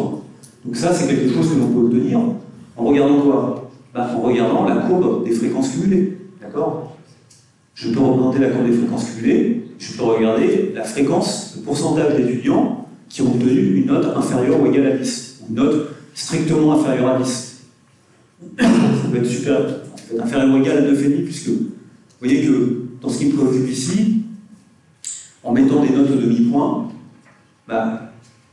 en fait, comme je n'ai pas de gens qui ont 9,75, il n'y a que des gens qui ont 9,5 ou 10. D'accord? J'ai mon échantillon ici qui est exhaustif, dans le sens où si je le représente au demi-point, tous les individus sont représentés sans que j'ai fait de compactation des pixels, comme je disais tout à l'heure, en regroupant des gens qui auraient des notes différentes. Peut-être ce que j'aurais pu faire s'ils avaient eu des notes au quart de point, au dixième de point. Il y a un moment où il faut bien laisser dépêcher. Alors, je vous montrerai peut-être après comment j'ai représenté ça. D'accord? Voilà. Ça, c'est quoi? Ce dessin-là, celui-là, je vais vous mettre le fichier Excel à disposition. Ce dessin-là, c'est l'histogramme. L'histogramme de notes. Ça va de 0 à 20, d'accord? Donc n'oubliez pas, ici vous pouvez dire, c'est d'une certaine manière une variable continue, mais en fait, on est d'accord que c'est une variable discrète, puisque j'ai 40 modalités possibles. C'est beaucoup, hein, entre 0 et 1. Ok? Donc, ici, par exemple, à 0, en fait, ce 0-là, ça veut dire que j'ai 6 personnes qui ont eu 0. Ok? Puisque vous voyez, ici, c'est représenté en termes de nombre d'étudiants par classe, et non pas de fréquence. Après, si on veut passer de l'un à l'autre, il suffit juste de se rappeler qu'il y a eu 1005 étudiants, d'accord? Vous voyez, 105 étudiants, ça représente 10% de la population étudiante. Donc ici, vous avez 6 étudiants qui ont eu 0. Vous en avez un qui a eu 0,5. Vous en avez 7 qui ont eu 1. Et puis, évidemment, quand vous représentez l'histogramme, je vais représenter tel qu'il est, hein, j'ai regroupé, j'ai simplement pris un truc, et puis chaque étudiant, je l'ai placé, j'ai fait monter les piles. D'accord? Bon, c'est un peu plus compliqué que ça, mais c'est ce que j'ai fait. C'est ça, représenter l'histogramme. Cet histogramme, s'étale de 0 à 1, il a des caractéristiques. Et je pense que ça, c'est une forme d'artefact statistique ici. Mais vous voyez qu'il y a des points de regroupement, il y a beaucoup plus de gens qui ont des notes entières que des notes par demi. Ça doit être lié à la manière dont est structuré le barème. C'est par hasard. C'est pas un hasard si ça revient comme ça. C'est pas toujours le cas, d'accord? C'est parce que ici, c'est lié à la manière dont on l'a fait. Ok? C'est pas très intéressant. C'est juste, en probabilité, compte tenu de la structure du barème, il va y avoir plus de notes qui roulent sur des nombres entiers que sur des demi-points. C'est lié à la structure de l'interro. Donc, il faut regarder un peu la forme générale. Peut-être que d'ailleurs, ce qu'on va faire après, on pourrait corriger ça parce qu'effectivement, on a l'impression qu'il y a des trous, mais ces trous ne sont pas des vrais trous, d'accord? Ce qui est intéressant, c'est de regarder. Il est structuré comme ça. C'est le résumé exhaustif de la distribution. Donc, vous pouvez voir quelle est la fréquence dominante, ce qu'on appelle le mode.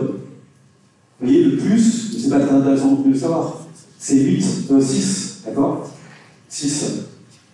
Si vous avez eu 6, c'est la note la plus fréquente. Il y a 92 étudiants qui ont eu 6. D'accord? Bon, maintenant que ce soit 6 ou 5, c'est pas une information très intéressante par rapport à la moyenne. D'accord? C'est pas une information très intéressante par rapport à la moyenne. C'est ce qu'on appelle le mode. Donc, ça, c'est l'histogramme. L'histogramme, il est complet. Donc, vous n'avez pas totalement tort, vous voyez que vous avez une personne qui a 19,5, un qui a 19, deux qui ont 18,5, trois qui ont 18, un qui a 17,5, etc. D'accord? C'est ce qu'on appelle la queue de la distribution. Elle n'est pas très épaisse, c'est dommage. Et puis, vous voyez que si vous sommez ici à partir de 10, à partir de ce point-là, si vous prenez tout ça, vous allez obtenir le nombre de gens qui ont obtenu la moyenne. Okay? Comment on peut mieux le voir? Là, on peut mieux le voir en faisant la courbe des fréquences cumulées. Okay? L'information que je cherche à avoir, c'est finalement en cumulant les fréquences, pour savoir combien de gens ont eu la moyenne, il faut que j'additionne la surface de tous ces petits morceaux qui sont là. D'accord? Ou bien, en sens inverse, si je veux savoir le nombre de gens qui payent la moyenne, il faut que j'additionne la surface de tout ce qui est là. Okay? On peut peut-être demander à Excel de le faire. Alors, avant de faire ça, je dis, mais pourriez vous dire, bon, c'est peut-être pas très pertinent, ça c'est une bonne question. Ce truc n'est peut-être pas très pertinent parce qu'effectivement, il y a une espèce d'artefact qui fait que les gens ont une note entière. 1, 2, 6, plutôt que 6,5. D'accord? Et donc, peut-être qu'on a intérêt, nous, en tant qu'analyste, à regrouper, non pas sur des pas de 1 demi-point, là-haut c'est sur des pas de 1 demi-point, c'est-à-dire c'est exhaustif, d'accord? C'est la vraie note obtenue par chacun, mais on peut aussi le regrouper sur des pas de 1 point. De manière à ce que je fais ici en dessous, d'accord? C'est la même distribution, c'est les mêmes étudiants, c'est beau, je mets 1005, mais cette fois, ce que j'ai fait, c'est que j'ai regroupé ici tous les gens qui ont eu entre 0 et 1, strictement. D'accord? On est d'accord, ici j'ai pris ceux qui ont entre 0 et 0,5, qui avaient 0 ou 0,5. Donc c'est ceux qui ont entre 0 et 1, mais strictement inférieur à 1. Ici, c'est ceux qui ont entre 7 et strictement inférieur à 8. D'accord? C'est comme ça que je l'ai fait. Évidemment, en faisant ça, ça a un avantage, c'est que du coup, je gomme l'effet que je n'aimais pas trop là, l'effet du demi-point qui est un artefact. Mais j'ai moins d'informations. Mais peut-être que mon information, elle est plus intéressante. D'accord? Vous voyez que si vous regardez la distribution, c'est une distribution. J'ai dit la médiane est égale à la moyenne, donc c'est 7 sur 20. La 7, c'est ce qui sépare en fait en deux, d'accord? C'est 7, c'est ce qui sépare en deux. Mais comme bien souvent dans ce genre de truc, vous voyez que vous avez une espèce d'asymétrie dans la distribution. la queue est relativement épaisse à gauche, pour les notes propres de 0, d'accord, et relativement fine à droite, pour les notes propres de 1, malheureusement. D'accord? Parce que vous voyez, ok, là ça s'étale, alors que là ça part déjà assez gros, et ça monte tout d'un coup, d'accord? Vous avez ici une espèce de queue épaisse à gauche et une queue moins épaisse à droite. Bon, donc, c'est la même information, mais là, on a perdu un peu d'information par rapport à là, d'accord? Mais finalement, on a perdu, mais quand on regarde cette distribution, ouais, finalement, elle est peut-être plus visible que celle-là, côté ici. Alors, je dis, ça peut être intéressant, c'est ce que je fais après, de représenter la courbe de répartition, la courbe des fréquences cumulées, ou des effectifs cumulés. Donc je vais prendre une note de 0 à 20, et je vais regarder le nombre de gens qui ont une note inférieure ou égale à cette note. Donc pour ça, je fais simplement le cumul de toutes ces barres, et je représente la situation. Qu'est-ce que j'obtiens quand je fais ça? Là aussi c'est un fichier Excel, hein, tous les calculs sont ici, hein, juste là à côté. D'accord? Celui-là, ouais, celui-là il est en pourcentage. Celui-là est en effectif. Donc ça va de 0 jusqu'à 1005, puisqu'on a 1005 étudiants qui ont passé l'examen. D'accord? Donc vous avez 1005 étudiants, c'est un petit peu au-dessus de la courbe pointillée ici, qui ont une note inférieure ou égale à 20. Ok? C'est la taille. Et vous avez 0 étudiants qui ont une note strictement inférieure à 0. Donc la courbe, elle est comme ceci. Et c'est simplement le cumul. Et la pente de cette courbe, point par point, c'est quoi? C'est la densité des fréquences, c'est donc la pente de la courbe des densités. Ok? Donc quand ça augmente très très vite, et ici il y a un palier par exemple qui serait fort, le palier qui serait fort, c'est le truc qui correspond à une énorme hausse au-dessus là. Vous voyez ici, on a vraiment, là on est face à une falaise, ok? D'un coup on a un nombre d'étudiants énorme, 70 étudiants qui obtiennent 3 sur 20. Et quand on passe de 2,5 à 3 sur 20, boum! Ben, bien sûr, ce truc-là, on le retrouve. On le retrouve là, d'accord? Et elle est là, cette falaise. Et puis après, vous voyez, on voit bien d'ailleurs, ça augmente un petit peu et beaucoup parce qu'on a ce phénomène de 0,5 à chaque fois. Ok? Ce qui est pas mal dans cette courbe, c'est qu'elle est précise, elle est par demi-point aussi, mais elle semble être relativement, voilà, elle exprime la répartition. Vous voyez que si la répartition était très inégalitaire, enfin en tout cas si il y avait beaucoup de gens par exemple qui tout d'un coup, imaginez que tout le monde est 7, d'accord? Quelle serait la tête de la courbe si tout le monde avait obtenu la note moyenne de 7? C'est ça à peu près la moyenne. Ben, dans ce cas-là, on n'aura aucune personne qui fait 7, là on aura un bouche comme ça, avec une pente énorme, puis après on stabiliserait. Donc vous avez compris que la manière dont la courbe s'organise exprime aussi la manière dont les notes se répartissent parmi les étudiants. D'accord? Exactement comme dans le dessin qui est là-haut.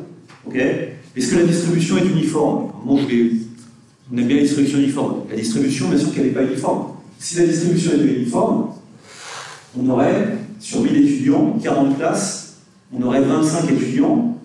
Ouais, c'est ça? On aurait 25 étudiants par classe. D'accord? Autant de chances d'avoir entre 0 et 0,5 contre 19,5 et 20. Bien sûr que ce n'est pas le cas. Okay? Donc, c'est tout ça qu'on veut chercher à caractériser. Si je vous demande, question intéressante, combien de personnes ont eu la moyenne? Ben, pour savoir combien de personnes ont eu la moyenne, malheureusement ici, ici je le ferai après son dessin, je prends le nombre de 10 ici, d'accord, c'est la moyenne, et je monte comme ça, et je regarde là, ça me donne à peu près, je ne sais pas, comme ça, à l'année 900 étudiants, ou 880, ça veut dire que 120 personnes, 120 étudiants ont eu la moyenne. Ça vous choque pas? Parce que c'est de nous hein, dont on parle. Hein. Non, c'est de vous, peut-être pas, parce que comme vous êtes super sérieux, vous venez au cours, vous êtes surreprésenté dans les gens qui ont eu la moyenne. À voir. Ça, il faudrait le savoir. Vous le savez un peu, vous avez mieux vu. Donc, avec cette courbe, je peux regarder combien ont eu la moyenne. À peu près, d'accord? Évidemment, je pourrais le regarder. En fait, je vais aller là. Je vais vous dire exactement combien d'étudiants ont eu la moyenne. Ok? Regardez, ici, j'ai la note. 10 sur 20. Ok? la note de 10 sur 20, il y a 10 étudiants qui l'ont eu, il y a 35 étudiants qui ont eu 10 sur 20, d'accord? Ok? Et il y a 802 étudiants qui ont eu une note inférieure ou égale à 9,5. Donc en fait, il y a 203 étudiants, vous voyez tout à l'heure, je vais exagérer, il y a 203 étudiants qui ont eu la moyenne. 203. Voilà, qui ont eu supérieur ou égal à 10. Parce qu'il y en a 803 qui ont eu strictement inférieur à 10. C'est beaucoup ou pas? Si vous regardez, sur le long terme, regardez.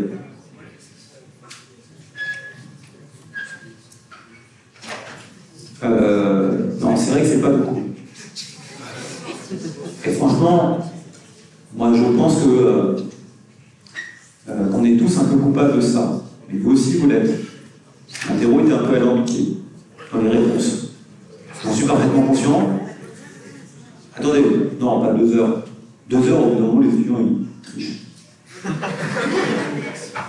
C'est pas un marathon, on peut pas. Moi, ce qui m'intéresse, c'est de juger une performance instantanée. On n'est pas dans une dissertation de philosophie. D'accord? Si je vous demande comment on utilise un truc dollar, vous n'avez pas besoin de 10 minutes pour réfléchir. Si vous avez besoin de 10 minutes pour réfléchir, c'est que vous ne savez pas. Donc ça ne sert à rien de vous laisser limiter. Il faut savoir, à des moments, juger la performance instantanée des étudiants. Maintenant, là où je peux être d'accord avec vous, c'est que les réponses étaient souvent alambiquées. Et moi, je trouve ça dommage, parce que moi, le message que je veux faire passer, c'est que ce que je fais là est simple. Et donc, si on fait simple et qu'on complexifie des choses simples, ben, c'est vraiment dommage, c'est totalement à l'opposé du message que vous voulez passer. D'accord? C'est gênant de complexifier des choses simples. Par contre, c'est bien généralement de simplifier des choses complexes. Mais complexifier des choses simples, c'est pas du tout un bon réflexe. Et c'est un peu ce qu'on a fait. Mais je m'interroge quand même. Non, je m'interroge un peu sur la quantité de travail que fournissent les étudiants, globalement. Étudiants à l'université en première année, et ensuite. Je dis ça comme ça, je le fais à chaque fois le baratin chaque année. Je suis directeur du plus gros master de l'ES, d'accord? Et j'ai fait les statistiques là encore cette semaine, ce week-end. Une fois que j'ai fini ça, je fais autre chose. Et je constate que moi je prends dans le master des étudiants qui ont plus de 13 de moyenne à Paris, sur les 3 ans. Quand vous regardez la proportion par niveau de ces étudiants, c'est pas plus que 20%. Aujourd'hui, ce que je veux dire, c'est que sur les 3 ans, c'est pas plus que 20%. Pas plus. Pas plus que même peut-être 15%. Après, vous n'êtes pas tous obligés de faire tous le même master, et heureusement, les masters qui sont moins sélectifs, etc. Mais il y a un moment où il faut quand même se poser la question de savoir à quoi tout ça peut servir. Et pourquoi il faut faire par exemple de l'Excel. Et pourquoi il faut faire de l'Excel? Parce que quand vous allez avoir des jobs en tant qu'économiste, en tant que gens qui ont fait des études d'économie, votre capacité à manier un peu les chiffres sera un peu supérieure à celui qui fait, je sais pas, de la socio, encore en socio, ils font beaucoup de chiffres maintenant aussi. Mais c'est quand même quelque chose que vous devez travailler et qui a vraiment des applications concrètes. C'est pas un truc exhaustif, c'est pas un truc compliqué, c'est quelque chose qui est utile dans la vie, qui est concret. Donc je sais pas, si vous travaillez dans le bâtiment, il faut savoir faire du ciment. Si vous savez pas faire ça, vous laissez tomber. D'accord, ça fait partie un peu du béaba du métier. Quel que soit, vous faites du carrelage, du machin, il faut savoir faire un peu, poser un mortier, ou connaissance de base. Donc il faut quand même que vous rendiez compte de ça. Et voilà, donc c'est pas beaucoup, c'est effectivement pas beaucoup. On essaiera de faire mieux la prochaine fois, à l'interro suivante, et puis à l'examen partiel, parce que 7 de moyenne, c'est pas super. Cela dit, l'année dernière, à l'examen, il y avait eu 7 de moyenne. À l'examen, au partiel. Pourtant, il était facile, hein. Voilà. Je ne sais pas si il était facile. Bon. Non, mais c'est aussi parce qu'on veut enlever les points négatifs. Moi, j'étais plutôt contre. Enlever les points négatifs. Parce que c'est donner une prime. Il y a des étudiants qui peuvent être prudents, et finalement qui ont choisi de ne pas mettre au hasard, ou qui, lorsqu'ils étaient dans le doute, n'ont pas mis, et finalement, on a changé un peu la règle au milieu du chemin. Je ne trouve pas ça très bien. Mais c'était une solution pragmatique, ça a permis de faire beaucoup augmenter la moyenne. Oui? Je sais pas, elle était vraiment... Non, elle n'était pas de 0. D'accord? C'est pas non plus... voilà, je vous dis, la meilleure note, c'était 19,25. Je vous dis que c'était aussi 19,5. Donc, d'accord? Donc celui qui a eu 19,5 n'a pas bénéficié de ça, parce que lui, enlever des points négatifs, c'est finalement ajouter des points pour ceux qui n'ont pas des très bons résultats. Et c'est ça, on donne aux pauvres, on rend riches. Ah, non, c'est pas vrai. Ok, je continue. Donc regardez, effectivement, vous voyez que ici, on donne toutes les fréquences, je sais ça. Et je peux vous dire aussi combien d'étudiants ont obtenu une note supérieure à 15, si vous avez plus de 15. Vous voyez, il y a 980 étudiants qui ont obtenu une note inférieure à 15. Donc il y en a 25 qui ont obtenu entre 15 et 20. Ok? C'est pas si négligeable que ça. C'est pas beaucoup, pas assez. Et ça existe. Et tout ça, je peux le voir. Et donc, c'est ce que j'ai fait là-dessus.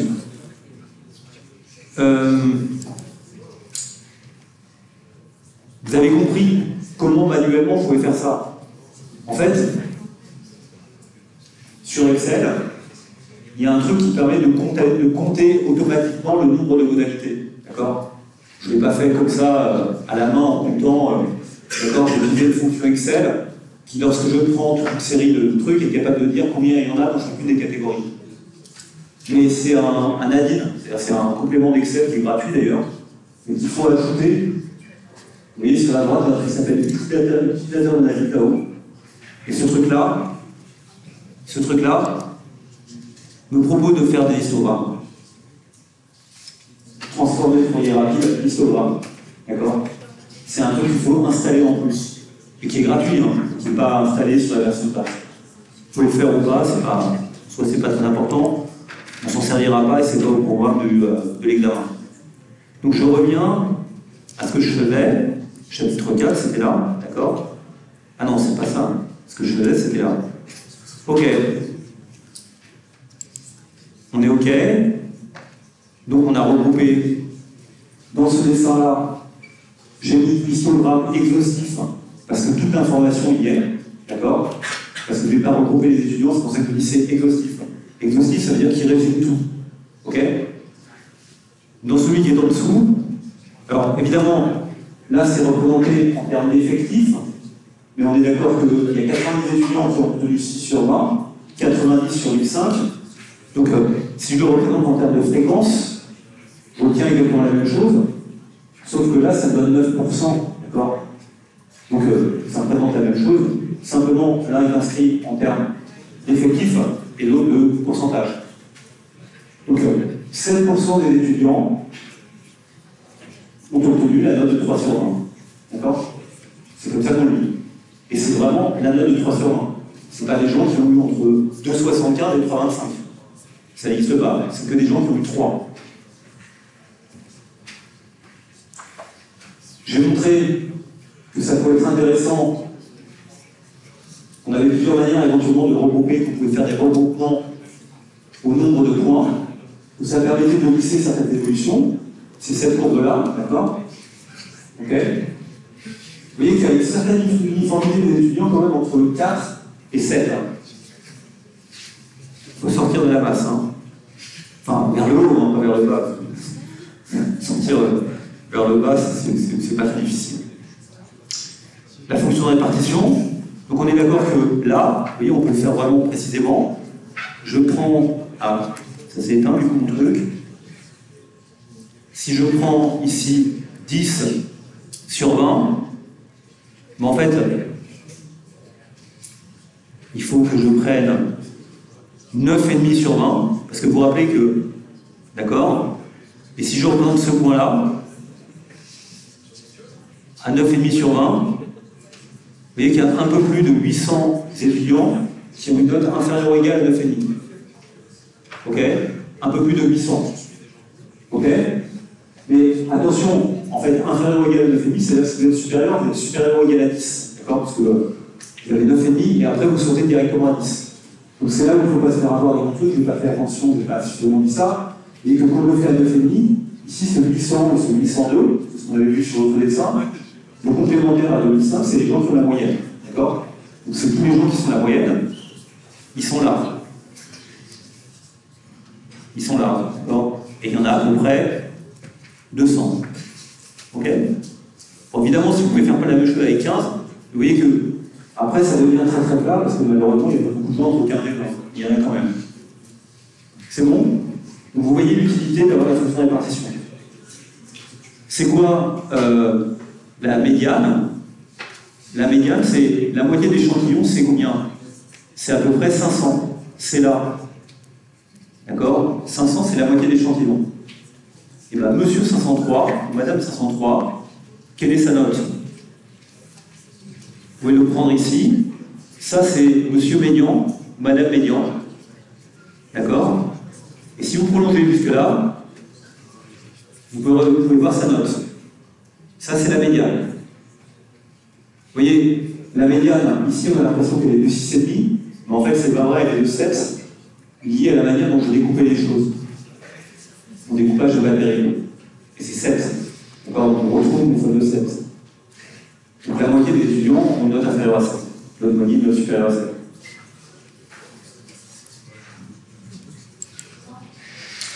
D'accord. Donc, ce qu'on va faire dans cette partie B, c'est justement essayer de réfléchir à ces distributions. Donc, pour essayer d'illustrer le propos, à un moment, je dis voilà, si on veut faire ça, c'est qu'on veut comparer les distributions. Par exemple, on veut savoir si l'interro 1 a été mieux réussi que l'interro 2.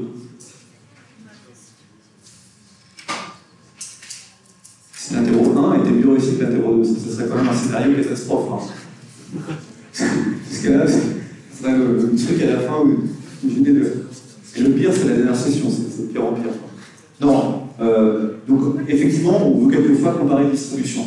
Pour comparer les distributions, pour comparer bien sûr la note moyenne, on peut aussi regarder la médiane, le nombre d'étudiants qui ont une note supérieure à 10, la manière dont les étudiants se répartissent entre 0 et 20, etc. Et donc tout ça, c'est essayer de faire des résumés de ces espèces de dessins. Là, je mis un exemple qui pourrait un peu vous intéresser aussi. C'est voilà, l'histogramme, je peux le faire pour toute la population, sujet A et sujet B, d'accord? Mais je peux aussi scinder la population en sujet A et sujet B et comparer les deux distributions. C'est ce que j'ai fait ici. Ça, c'est l'histogramme pour le sujet A, et ça, c'est l'histogramme pour le sujet B. Est-ce qu'il y a quelque chose à dire? Quand je regarde, je sais très bien, j'ai déjà calculé la moyenne, je sais que le sujet A a tout petit peu été mieux réussi. En fait, c'est pas très intéressant. Ça ne paraît pas très très différent, mais c'est difficile à savoir. Mais, précisément, ce qu'on voudrait, c'est à partir de ces histogrammes, ou à partir de ces répartitions exhaustives, essayer de tirer quelques chiffres qui résument les principales caractéristiques de ces distributions. Ces principales caractéristiques, c'est quoi? Les notes sont-elles meilleures avec le sujet A qu'avec le sujet B? Première question. C'est ce qu'on appelle une caractéristique de tendance centrale. Est-ce que la moyenne des sujets A est supérieure ou inférieure à la moyenne des sujets B? Caractéristique de tendance centrale. Donc c'est la moyenne, la médiane. La médiane, on a vu, c'est la note qui sépare l'échantillon en deux. Éventuellement le mode. Le truc qui arrive le plus souvent. La note qui arrive le plus souvent. 6 ou 6,5, c'est plus trop pour A. Et pour B, c'est, oui, là ils se battent, là. Il y a deux notes qui se battent. Elle va devenir maximum. Les notes sont-elles plus dispersées avec le sujet A qu'avec le sujet B? Est-ce que les notes sont réparties de manière plus égale avec un sujet qu'avec l'autre? C'est ce qu'on appelle une caractéristique de dispersion. L'écart à la moyenne, en moyenne. C'est ce qu'on appelle l'écart typé de la variance. D'accord? Donc c'est ce qu'on va étudier maintenant. Donc les caractéristiques d'une distribution, que l'on les calcule sur l'histogramme ou sur la fonction de répartition, c'est des valeurs qui résument la distribution d'une variable, qui permettent de répondre à une question. Les notes sont-elles plus élevées pour le sujet A que pour le sujet B? Tendance centrale. A-t-on observé des variations de ces notes parmi les étudiants? C'est la dispersion. Une industrie, un secteur industriel, est composé d'entreprises caractérisées par leur part de marché. Comment se concentrent ces parts de marché? Est-ce qu'il y a quelques entreprises qui détiennent des parts de marché? Je suis plus sur la zéro. Et, ou au contraire, est-ce qu'il y a beaucoup de concurrence? Est-ce qu'il y a beaucoup d'entreprises de petite taille? D'accord? Vous voyez que ça, ce sont des caractéristiques de dispersion ou de concentration. Comment se répartissent les revenus dans la société? Quel est le revenu moyen et quel est l'écart de revenus entre le plus riche et le plus pauvre? Évidemment, il est énorme. Et comment on peut caractériser ces inégalités? Ce sont des variables de dispersion ou des variables de concentration, ce qui revient souvent au même. Donc, tout ça, ce sont des moyens de résumer la forme générale des fonctions de densité de répartition. Ok. On commence par les caractéristiques de tendance centrale. Mode, médiane, moyenne. Le mode, c'est le moins intéressant, c'est ce qui est le plus fréquent. D'accord? Donc la pointure la plus fréquente chez les mobs, c'est 44, 43, 44. À voir. Ok? C'est le mode. Sur la courbe ici, c'est le point qui est le plus haut sur l'histogramme. D'accord? C'est le mode, c'est la valeur qui correspond à ça. La taille de la chaussure ou de la note. C'est la valeur dominante. Vous voyez que ce n'est pas forcément très intéressant. Regardez l'histoire de vos notes, c'est pas très intéressant de savoir si le mode est 5 ou 7. En fait, ça peut être un peu hasardeux. En soi, c'est intéressant quand même, notamment sur cette distribution-là. On voit qu'il y a quand même quelque chose dans l'accès. Là, c'est intéressant peut-être de le lire. Mais sinon, si on regarde dans le détail, vous voyez le fait que ça soit le plus élevé, enfin, on a l'impression que c'est un petit peu hasardeux. Ça ne nous renseigne pas, forcément. Donc, le mode, c'est le caractère le plus fréquent, mais le plus fréquent, ça dépend de ce qu'on étudie. Quel est le mode de la distribution des revenus? Je ne sais pas, est-ce que c'est des gens qui gagnent 2333 €? C'est ça qu'on trouve le plus en France? Ça n'a pas de sens. La question, c'est comment on regroupe après les catégories. Donc ça, c'est le mode.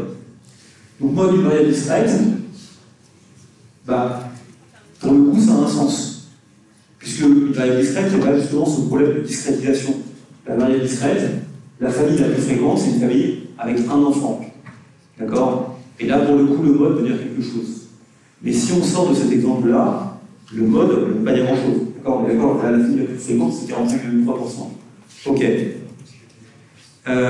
Si vous regardez maintenant une variable continue, évidemment, ce que vous allez faire, c'est que vous allez repérer une classe modale. Vous dites quel est le mode de l'âge, la distribution par âge. En fait, vous ne pouvez pas vraiment répondre à la question. D'accord? Vous allez dire, l'endroit où il y a le plus de gens, c'est entre 40 et 60 ans. Et le mode, c'est 47 ans. D'accord? Ce que je vous dis simplement, c'est que là, vous définissez, moi, ce que j'appellerais une classe modale. Une classe modale. On ne peut pas dire quel est le mode. Ça n'a pas beaucoup de sens de dire c'est 53 ans, 52 ans. Le mode, ça n'a pas de sens. C'est la classe modale 40-60. Donc c'est ce que j'appelle l'intervalle modal. Est-ce qu'on doit choisir comme mode le milieu de l'intervalle modal? Pourquoi pas? C'est vraiment, ça ne me semble pas très pertinent ou pas intéressant de le faire. Quel est le mode A? Ça, c'est l'interrogation écrite de l'année dernière. C'est chaque année, en fait, je prends comme exemple l'interrogation écrite comme distribution. Sauf que ce matin, j'ai commencé doucement la journée, comme d'habitude, et du coup, il a fallu que je réaménage tout mon cours pour remettre une nouvelle note. Et là, vous voyez, ça c'était la distribution l'année dernière. Et comme ça, je vais vous apprendre quelque chose. Vous voyez, l'année dernière, il y avait 1,70% d'étudiants qui avaient eu 20 à la première interrogation. On était allé un peu fort, dans le sens inverse. Il y avait 13 de moyenne. D'accord? C'est très facile, vous avez le sujet. C'était beaucoup plus facile. C'était surtout beaucoup plus facile dans la manière de répondre aux questions. C'était ça.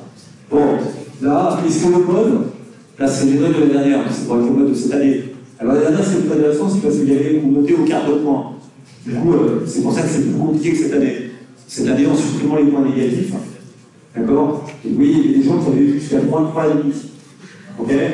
Donc, évidemment, tout cela, vous avez tous regroupé à 0. Donc, créer un espèce de point d'accumulation là. Vous comprenez, couple. Donc, on les ramène à 0. Donc, évidemment, ça fait une part à ce moment-là. Oui. Si vos résultats vous font rire, c'est essentiel. Vous avez raison, il ne faut pas se retourner vers le passé tout le temps, il faut regarder droit devant. Mais, donc vous voyez bien que là, le mode, l'année dernière, vous avez vu, le mode, c'était 18,75. D'accord? Mais, ok, mais c'est un coup de bol, si c'est là le plus élevé, c'est un très élevé écart. D'accord? Donc le mode, de manière continue, n'est pas forcément très intéressant parce qu'il est très dépendant de la manière dont vous découpez la variable. Ok? Peut-être un message qu'il faut retenir. Ça peut être intéressant, mais ça l'est pas forcément. Donc pour la pointure de chaussures, c'est intéressant. Ici, ça l'est pas beaucoup. Vous voyez aussi que, effectivement, ça c'était les notes de l'année dernière, mais regroupées par classe de notes. Il y avait quand même eu 25 étudiants qui avaient entre 19 et 20. Ouais. Quand vous regroupez par... là, je fais un regroupement énorme, puisque je suis passé d'un pas de 1 quart de point à un pas de 1 point. On a vraiment lissé la distribution. Là, pour le coup, peut-être que le mode veut dire quelque chose. Je vais vous dire, le mode, la dernière, c'était 11. D'accord? La valeur la plus fréquente. C'est une distribution qui était pas mal. Hein. Elle avait pas... elle était un peu l'inverse cette année, vous voyez. Il y avait une queue ici fine, et puis finalement, il y avait beaucoup de gens entre 15 et 20. C'est pour ça qu'à la deuxième interro, on n'est pas les mains mortes.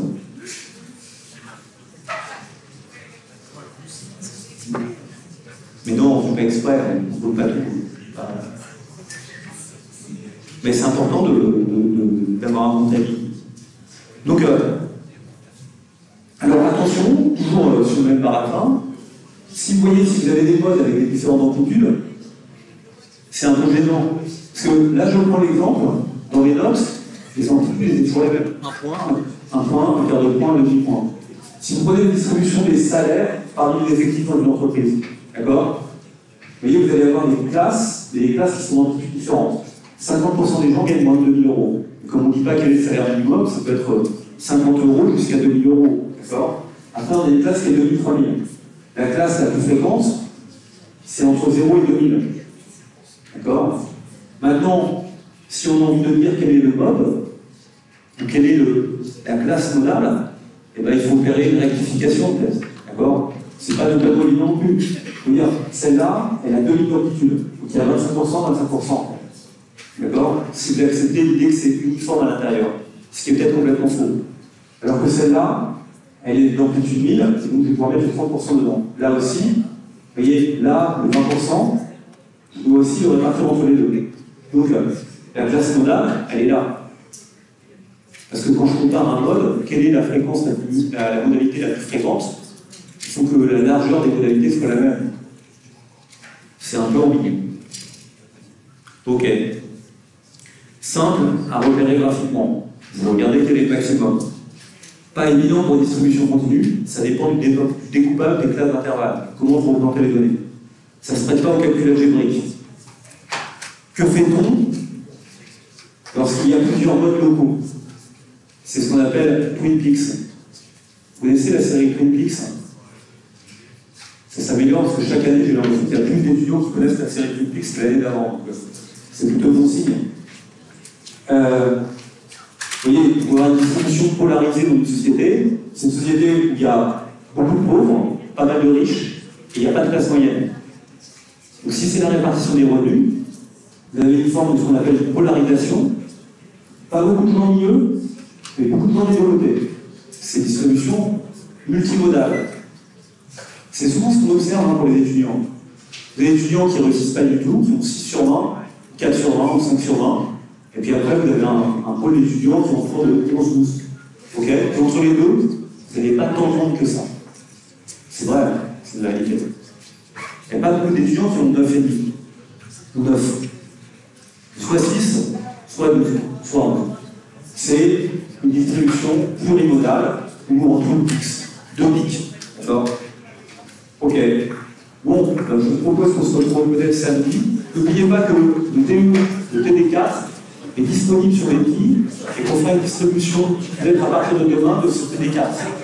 D'accord? Donc il est déjà disponible sur le menu, vous enverrez un petit courrier au sujet avant ce soir en avant. À la semaine prochaine. Oui. Je voulais vous dire que j'ai pas ma note sur le PIM. Ah, ça c'est grave. Vous vous rappelez, Faut c'était envoyer un mail. vous rappelez, c'était moi même, j'avais pas écrit sur la grille. Ah,